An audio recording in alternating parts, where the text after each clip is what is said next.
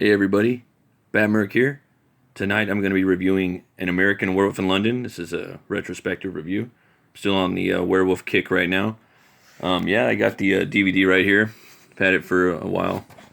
One of my favorite werewolf movies of all time. It's probably got it tied with the other two that I did. Like them all about the same. Wolfman, American Werewolf in London, and The Howling. This one's pretty awesome though. This one is the scariest of the three. I would say definitely and it has comedy in it too. So it's the first. I think it's the first scary horror movie. You know, it's got a perfect balance of the two. So yeah, if you don't know about the movie, right off the bat, it was like a big break for the a little background information. Spoilers too. Right off the bat, it was a big break for the makeup effects artist extraordinaire Rick Baker. He's done like pretty much like all the good horror movies and makeup effects, and he was training a guy named Rob Bottin, and I think I said in the other videos he broke off and did The Howling, and Rick Baker did this movie, and he had his own design, and The Howling had these big werewolf design like that went on basically that walked on two legs, and this werewolf was basically a hell beast. That's what the director John Landis wanted. That's like basically how he wanted the beast to look in this movie.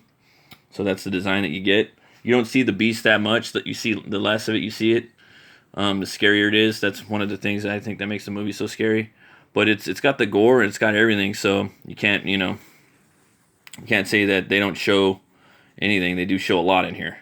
But yeah, it was a big break for Rick Baker. He's on there's a Joe Rogan podcast that I'm actually watching. It talks about a lot of his stuff. So if you're into Rick Baker, I definitely recommend that. Yeah, and this was like the second movie he did with the director John Landis. First one they did was like this movie called Schlock, and I think John Landis played he played this like gorilla type monster in there. I think that Rick Baker made the effects for, or I'm sorry, the suit for. And I guess the movie was big enough for them to do the sequel, and he told them, I'm going to do American Werewolf in London next, and it's going to be a scary movie, and so this is what they did.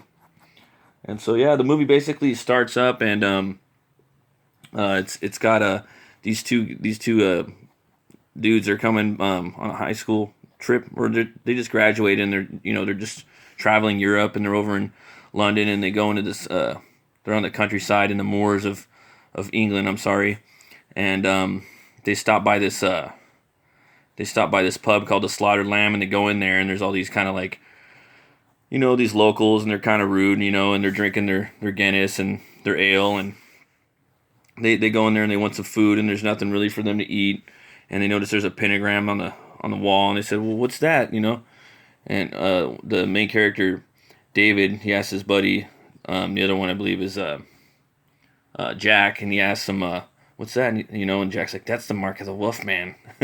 And he's like, okay. And then the guys in the bar, they tell him, you guys should be, in so many words, watch what you're doing, walking around out there at night. And, and the guy David's like, what do you mean a wolf? He doesn't really believe that there's an actual, like, wolf or werewolves. And, like any other sane human. And there's no such things as werewolves. So it kind of offends the locals. And, one of the guys like, you can go now. So they basically leave, and then they go out and they're hiking, and the guy's like telling them, stay to the roads, basically stay on the road and don't, wander off, don't lollygag. But what happens is they go out there and they wander off, and you hear this beast kind of growling around him, like howling in the distance actually, and then they're trying to run around and get lost. They go off the road. If you watch, you can see them go off the road as if you really pay attention, and then the beast starts circling them. You can hear it breathing. And eventually it comes in, and one of them falls down. It comes in and it bites him. And moments later, the David wakes up, and he's in the hospital, and he starts having these crazy dreams. And he's dreaming. He's like running through the woods, and he sees himself. He comes upon himself laying in a bed. There's a nurse, and he looks at him, and this vision of when he looks at himself in the bed, and his face, he just smiles, and he's got his mouth full of these big old sharp teeth and these bug-eyed yellow eyes, and he just looks it just looks terrifying. And I remember when I was a kid, I never watched the movie, but that image was on on commercials and stuff like that when they were going to show it on TV, and like that used to scare me for some reason a lot. But yeah, then he has another dream, and it's a pretty iconic scene. He dreams and he's at home, and then there's these Nazi werewolves that come in and they just like murder his family, and that right there is just horrific and scary. And basically he wakes up, and him and the nurse taking care of him, she falls in love with him, and they kind of hit it off, and he goes home and stays with her for a little while, and they have a little like fling or whatever, and she's got to go to work, and she leaves him there, and he's actually before like he went home with her, he was actually getting visits from his friend Jack, and his Jack is this corpse that's like telling him, you got to kill yourself, David. The wolf will, it's going to take over, and you will kill people, And every time he visits him, he's like a corpse, and he's decaying, and it looks real. Like the makeup looks really good. And he's like, David, you must kill yourself. And David won't listen, so he keeps going on. And like I said, he visits him one more time when he's at the nurse's apartment that he's staying at, and he looks pretty bad. And then that scene, he's basically, waiting to turn into a werewolf. And then they're playing Creedence Clearwater Revival, and a lot of the movie has like songs that have to do with like werewolves or full moon. So you got like the movie starting off in the beginning, they have Blue Moon, Blue Moon, you saw me standing alone. That song's playing, and then you got Bad Moon. There's a bad moon on the rise. Like that song's playing, and then boom, he starts turning into a werewolf right in the living room, and it's a fully lit, it's a fully lit scene with no shadows or nothing, and he just turns into a werewolf. It's one of the best, if not the best, transformation scene between that and The Howling. So I think it might be the best. I don't know. It for sure. I'm pretty sure it is. I don't know. I'm still on the fence.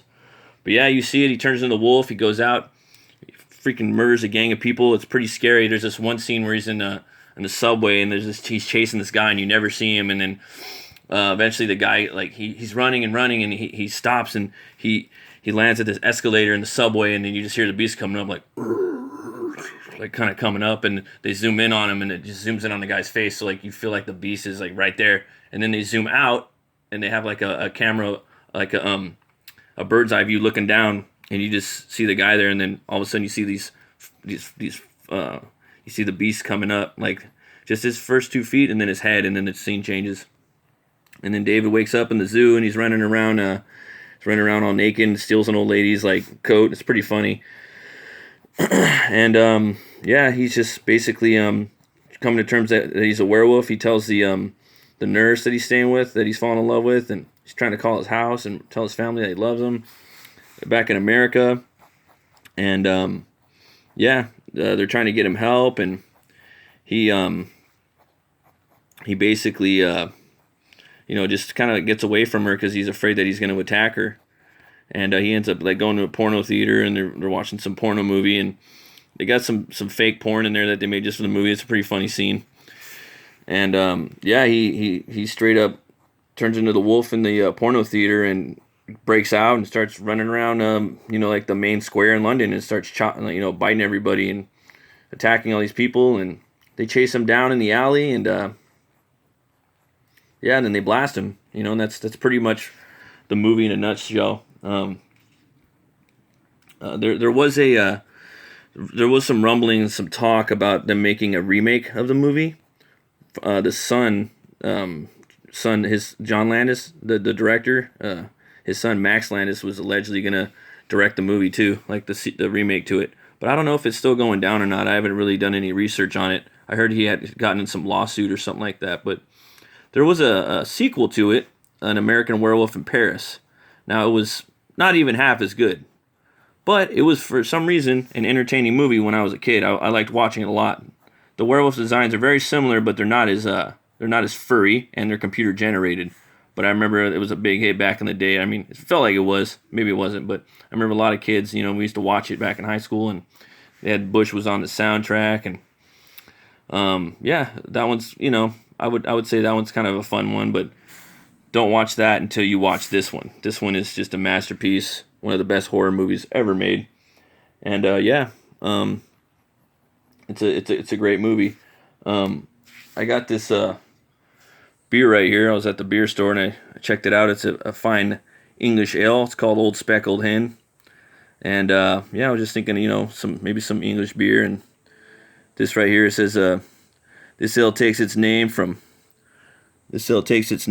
a bird, but a car that much loved paint spattered MG factory, run around known as the Old Speckled Hen. Our master brewer used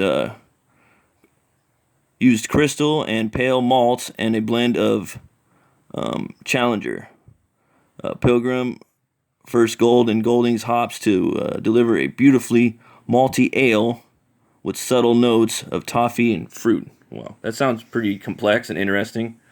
I'm going to go ahead and take a crack at it.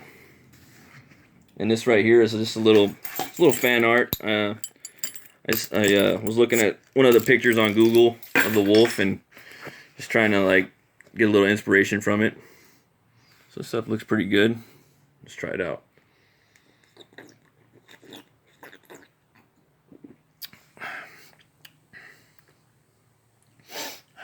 That's pretty good. That's pretty good stuff. Yeah, I had heard about this beer years ago and I never tried it. Yeah, so I have to say, An American Werewolf in London, 2 horns way the fuck up. And this Old Speckled Hen, I'm definitely going to give it 2 horns up. And as always, folks, if you like comics, if you like metal, if you like movies, if you like brewskis, then smash that like button, ring that bell, and subscribe to Metal, Movies, and Brewskis. You folks have a great night. Stay safe.